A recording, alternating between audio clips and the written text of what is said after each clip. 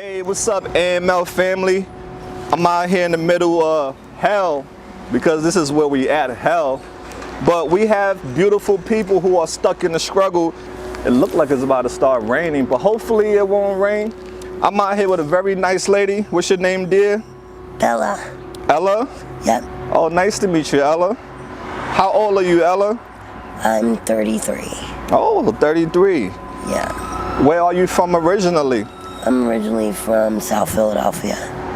Okay, born and raised? I was born and raised in South Philadelphia. All right, let's talk about childhood. Paint us a picture. What was it like for you? My childhood wasn't something to complain about. I grew up in a naturally good family, except for there was a lot of fighting in my household. I never really seen my parents get along. I never really, and during my childhood, I experienced something that was traumatic, that that I had to witness, and I held on to it for a long time. I never really told anybody about it, and then once, besides that, we always had the clothes on our back, and the food on the table, but that's not everything for a child. Emotional support is big, and that's something I wasn't offered. I was actually a fairly decent student. I was a cheerleader all my life, so if it wasn't for me having to get a certain grade point average for cheerleading, I would have just cut every class. But since, I had to have a certain grade point average, I was a good student. I got good grades. I never had to study for tests or anything. I kind of whizzed through it. But it's not something I like to do, but I wanted to be that, high school cheerleader, and that's the type of image I wanted to hold. So I did that, and I graduated high school. I have a cosmetology license. I went to tech school, and but it wasn't bad. I was more worried about the parties on the weekend, chasing boys, and I had to hold up a certain grade point average though to be a cheerleader, because they wouldn't let you cheer unless you had good grades. So for that, I got good grades, but it wasn't hard to maintain good grades for me. I never had to study for tests.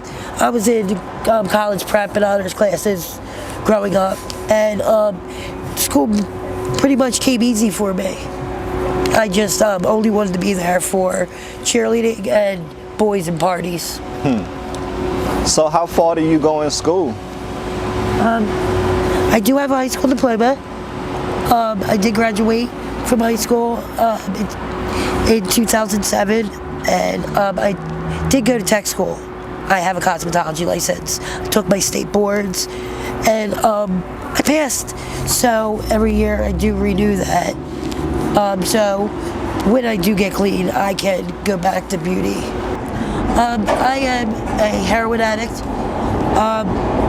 I also smoke crack today because, out here, if you're not out for 1 second, everything will be robbed from you. I'm not talking just material things.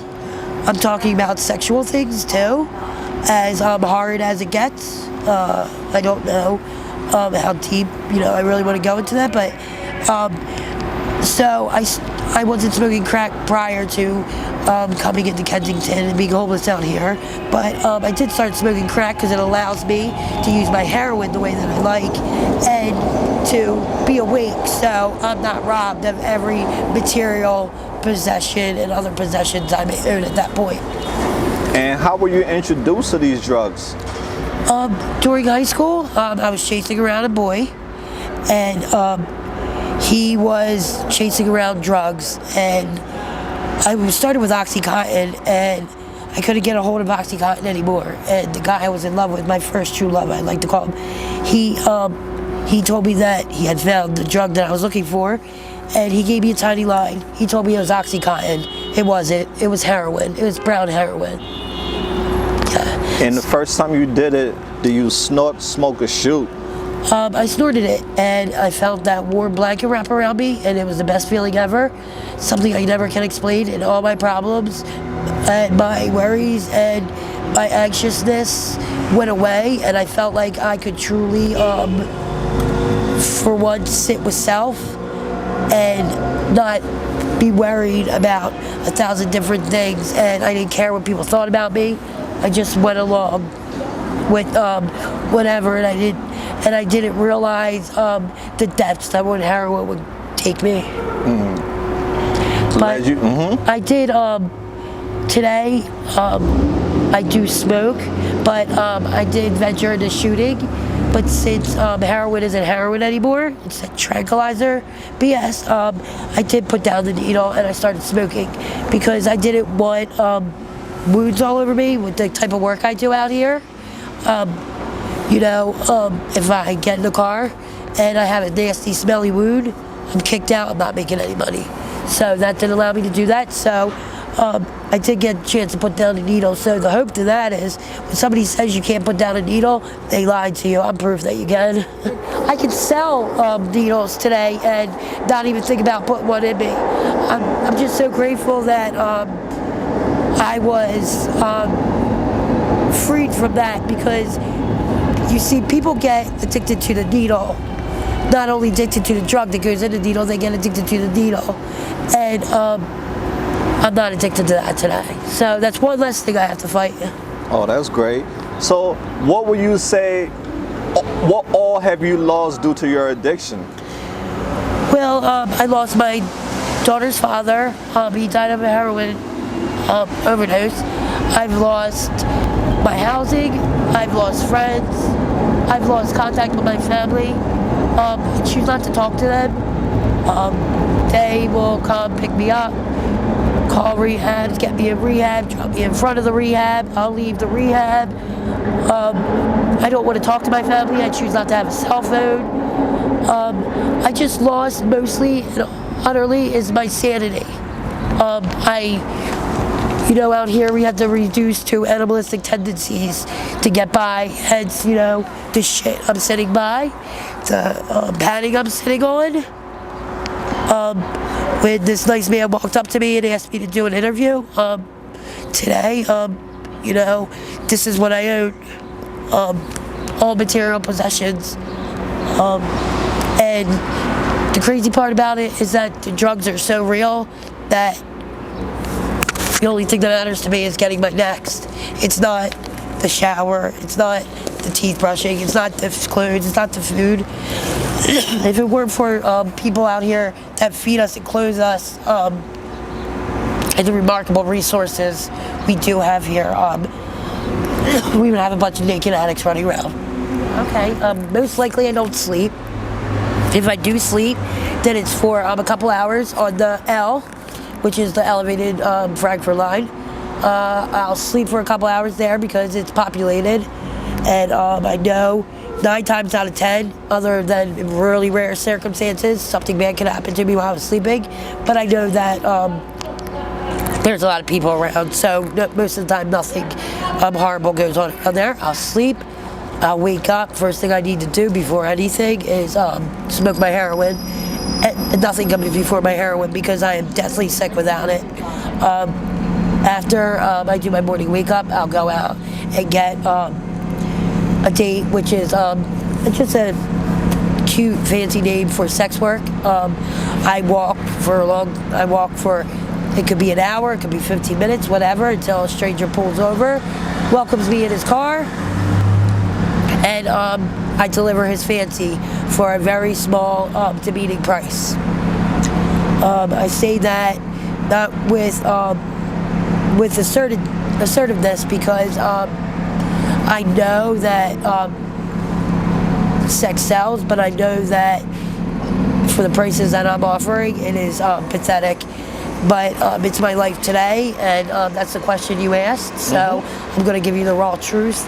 After I'm done that, I'll take, let's say I make $20, I'll take that $20, I'll cop, I'll get maybe a honey bun and a day's soda, and I'll go find a spot like this to use, and this is what you would call like my happy place.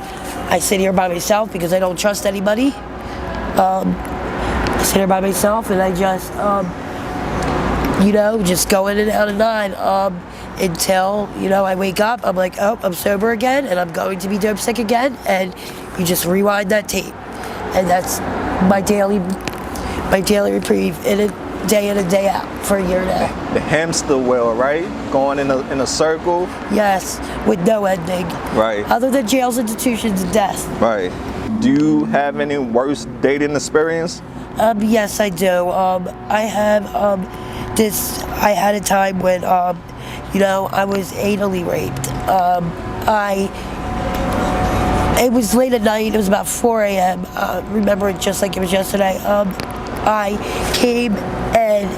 came up to one of the spots where prostitution is known, and I knew what I was doing wasn't right. I knew because they always say when we talk about gut feelings, it's accurate. I had a gut feeling not to go with this man, but I was outside in the rain for 2 hours, and I know I was going to be dope sick. So, like I said, everything comes before that. Long story short, he told me he just got out of jail, which is red flag number 1. I should have noticed. He just got out of jail. He did 22 months, and he just wanted to get his dick wet, he said. And I said, okay, well, I'll help you with that. We negotiated a price, and we went back to the train tracks. I know not to go in dark areas with men. That's probably the most blatant thing that gets told to me. And I go back there, and I thought I was protected because I had a knife. Well, the joke was on me because he had to get close enough for me to hit him with the knife. He grabbed the knife from me, he stuck it up to my neck, and he told me that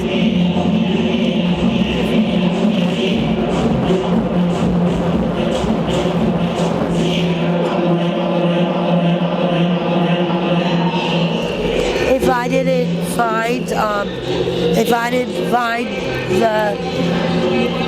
didn't find the consciousness to do it and the willingness to do it, he would kill me, and he would get it anyway. I tried to block this out so much in my brain each and every time I go to do a date, so the tears don't come, just like I'm trying to fight them away right now, because it's something that you take a chance with every day. And now I don't view sex as a welcoming, loving thing. I view it as a way to get money, and I view it as no intimacy whatsoever. I don't even want a man to get close to me in a type of loving way. I know that's going to be a really, really, really hard subject for me when I do choose to get clean. And I walked out of that situation with two black eyes, a bloody lip. I have a scar right here on my eyebrow. It was broken open. I didn't go to the hospital to get stitches because that's not an option, because I would be dope sick in a hospital. And every time I look in the mirror, I see that. I'm just grateful to be alive, but it's a story that I'm telling, so everybody that watches this knows the depths that addiction will take you. It's not just heroin or crack addiction, it's any addiction. Your I nevers come true. They truly do. Somebody told me that once in rehab, and I said, oh, I never sold my ass. They said, Ella, your I nevers will come true. I laughed. I thought, I'm better than that. They're textbook addicts. They don't know what they're talking about. And here I sit telling you this raw truth. So just take it as it is. It's a very, very trashy trench world out here. The only good things I can say about Kensington in general is the people that come out here to try to support us emotionally. I do have a 14-year-old daughter. And do you stay in contact? I absolutely will not. I don't want my mess into her life. And when was the last time you saw her? about 18 months ago. Okay.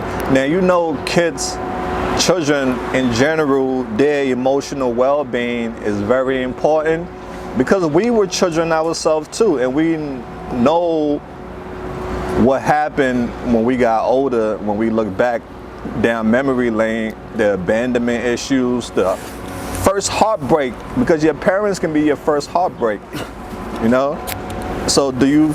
She doesn't have a father. Her dad died, so... You're the only one she got now. Yeah, I'm the only one she has. So you do think about what you're doing to her emotional well-being, right? I do. I should use that as for motivation, but instead I use it for a reason to just continue to get high because I think she's better off without me. Well, I want to let you know that she's not better off without you. All the stuff that you weren't taught growing up, you got to teach her, you know? But so long as she understands her mom has a disease and she's educated about it, it's going to be okay. She's in good hands, and I'm just grateful that she has a great support system. She has my mother raises her great, and she also has her other grandmother and my father. She's a straight A student. Wow, that's wonderful. So my mother showed me her report card. Awesome. Yeah, I know how difficult it is, and some people think that, oh, people who are on drugs love drugs more than their children. No, they don't.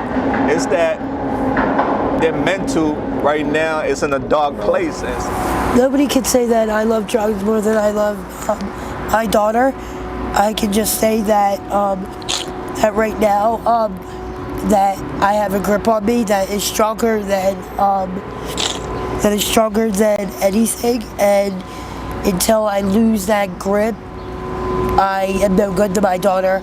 I never chose to bring my daughter in the addiction path, and I'm grateful for that because some people lose all custody and all chances to be a part of their children's life because they brought them down that road. I always had support to watch Adriana, to have Adriana protected away from that, and I always took pride in protecting her from ever knowing that I had an addiction until she became old enough where she noticed that Bobby's not around. Why Bobby isn't around? She's not a child. So, you know, the truth is the truth. I'm just grateful that I can say that I do have the option to care for my daughter when I get clean again. That's awesome. And I haven't lost rights. what do you think it's going to take to get you off drugs? What do you need? Wow, that's a deep question. My mother says to me, my mom says to me enough. She said, when's enough enough? She said, what's it going to take? And then she said to me, I'm going to answer your question. You don't have to answer it. Just think about it. She said to me, and I'll never forget it. She said to me, what's going to be the end result? And she said, she's like, I just don't want to get a call that I have to identify your body. She said every time the phone rings, she cringes. She just battled cancer. She's in remission. And she's the strongest woman I know, so I know I'll be able to do it.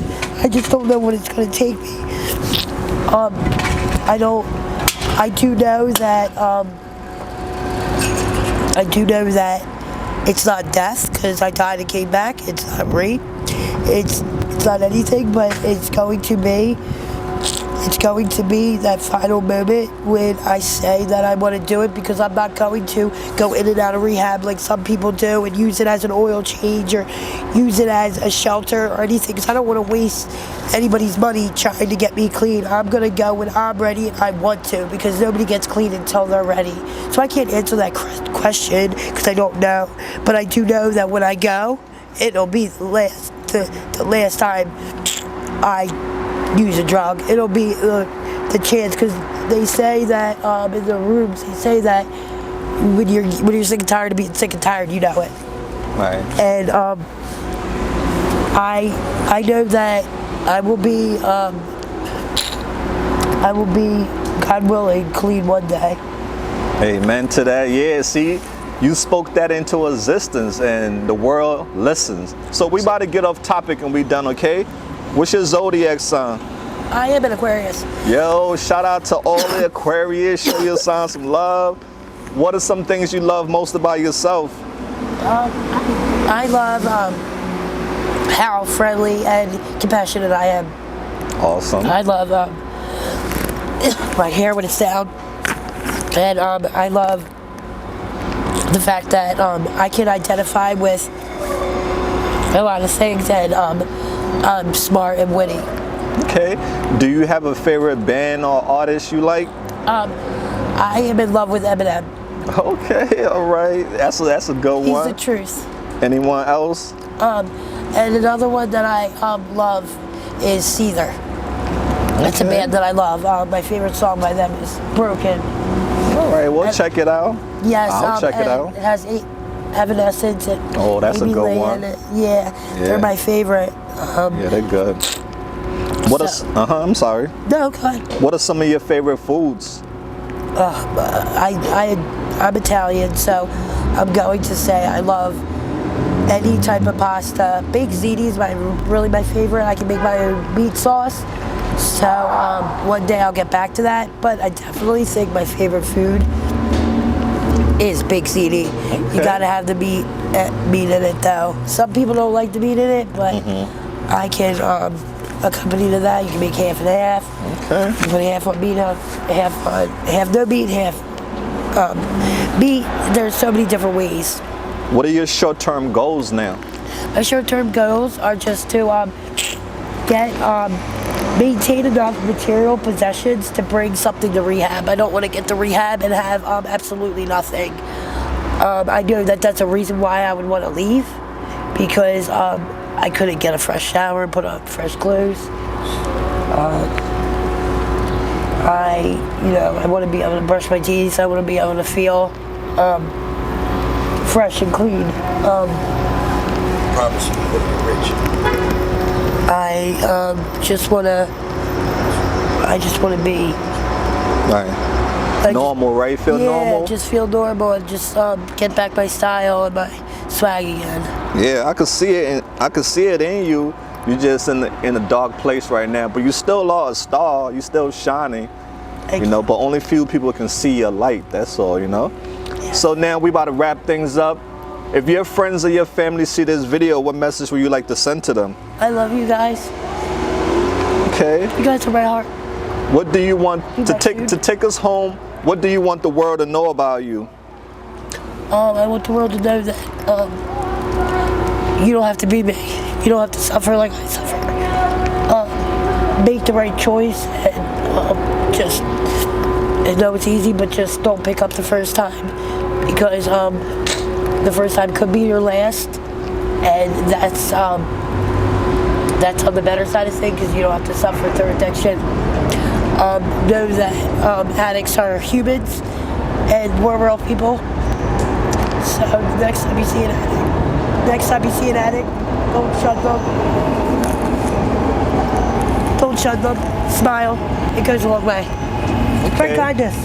Right. Well, dear, thank you so much for this lovely interview. You have, taught me a lot, and I pray your situation could turn around for the better. Is there anything you're in need of that we can help you with? I would just like stuff to get ready to go to rehab. I really want to go to rehab, but like I said, the one thing that's holding me back is not even the willingness is there, but it's not going to be there if I don't have the things I need. I need things when I'm there to just feel normal again. Right. Well, I'm going to give you my card, so that way when you get there, you reach out to us. Okay. We got your back now. I'm going to try to give you a better card, because that one looked like it been in my pocket for 2 years. Doing a lot of work. Yeah. So this is the card right here, AML Films. You are now part of the family, and you know we're gonna do updates. We'll follow you until this is a different picture of you, to let you know that there's so many people that can relate to you and who don't judge you, who see you as a human and just need help. All right? Thank you. So we wrapping up, guys. Don't be bitter, be better. Until next time, we out there. Peace out.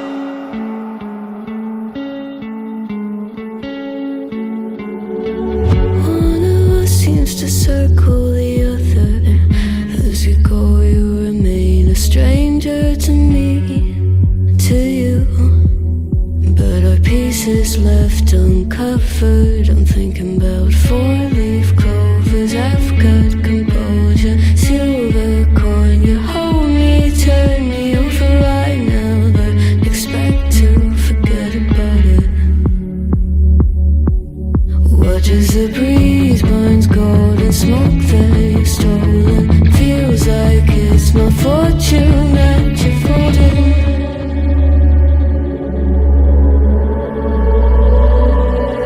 I'm swimming with the sharks.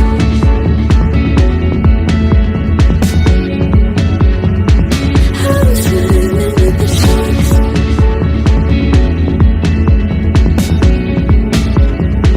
I can't tell you apart from them. You can't tell either. Will we love or fall in deeper? Tell me, darling, what is it you want? How the mind doesn't work like it used to, as I know I remain a danger to me.